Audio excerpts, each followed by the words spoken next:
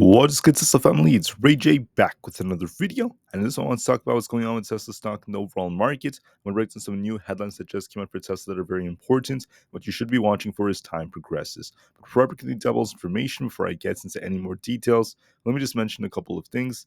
I am personally not a financial planner, so take nothing I say as financial advice.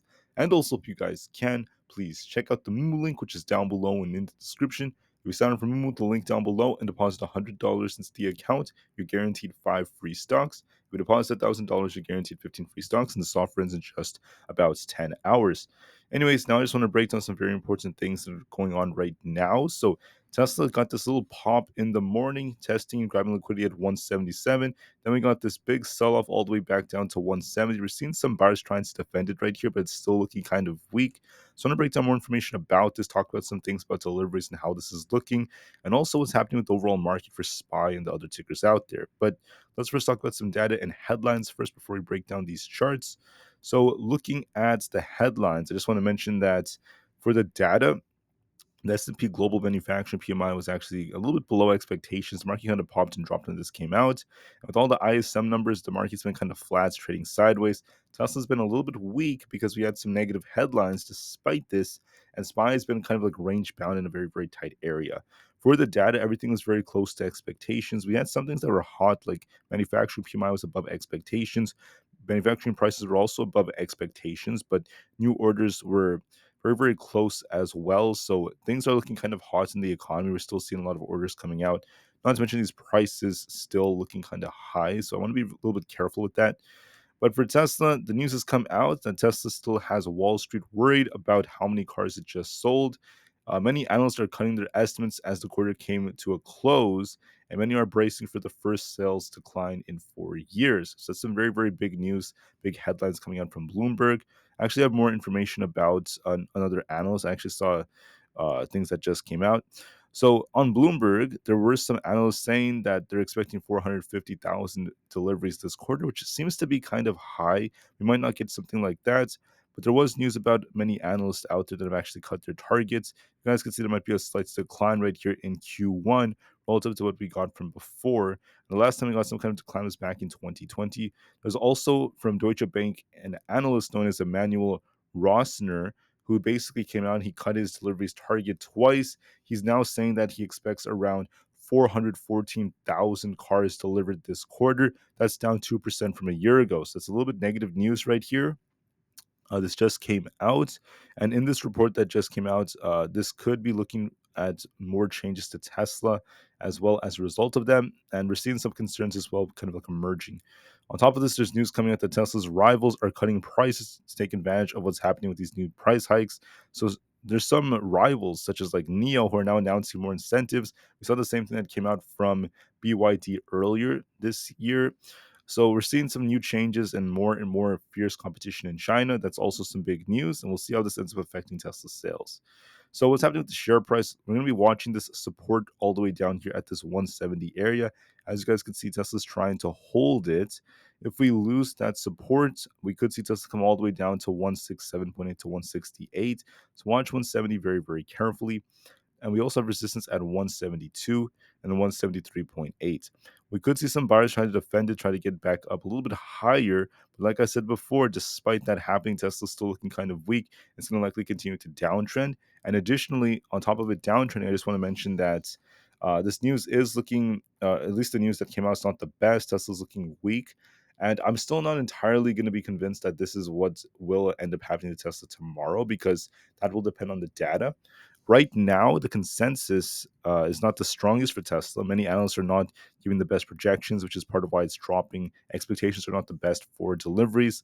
So the real move will come tomorrow, but for now, it's looking kind of weak. So just be careful. We'll see how it reacts to 170. We're seeing some buyers trying to defend it, but just be careful. Still looking a little bit more bearish. Nvda, it's on a slight uptrend, which is helping the QQQ to some extent. We also have this imbalance. We want to see this thing try to break above, 920. If we do break this, we can see a bigger push. But for now, we're just kind of in this range. We are showing some strength trying to hold above 908. So it's looking a little bit more decent. And that's actually helped the QQQ to some extent, because the QQQ is now, it got this nice little pop all the way up to about this 447 area. Then it came back down. So now we're just kind of shuffling between 445 and 446.8, going back and forth and back and forth.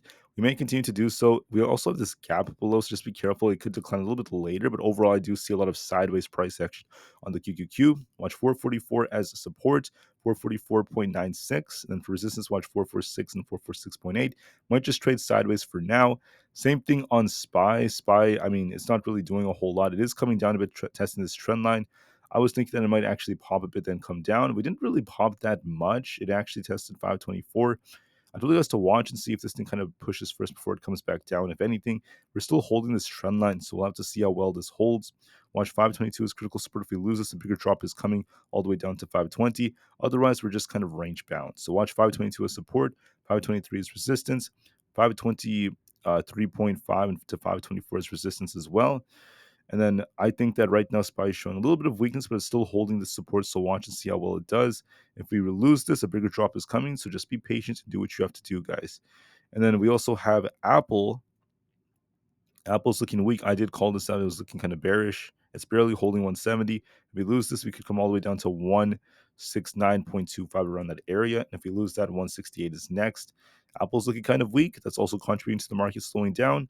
So with that being said, guys, there's some weakness in this market. We got some negative news from these analysts. So the expectations are not really that good for Tesla's deliveries. So we'll just have to see how it goes for them.